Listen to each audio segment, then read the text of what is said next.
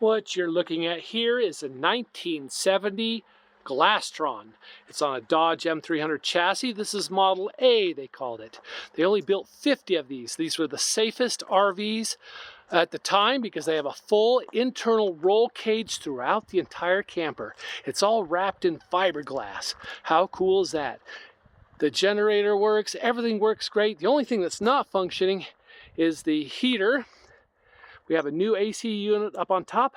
Let me show you how my daughter and I restored the interior. We restored the interior to go back to its roots of the 1970s, including all the pillows and curtains. This folds out into a bed, and that wall folds down into a bunk bed. Here's the original pink bathroom. How cute is that? Here's looking forward, plenty of storage. This table, of course, drops down into another bed. There's the kitchen area with a bread box and all. Oh, I gotta show you this. Typical 70s, an ashtray right here. How cool.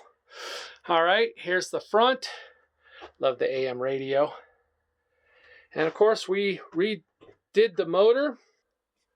Put on a new manifold with a 4-barrel carburetor. That's a 318. And it's got plenty of power and very low miles. This thing is uber cute.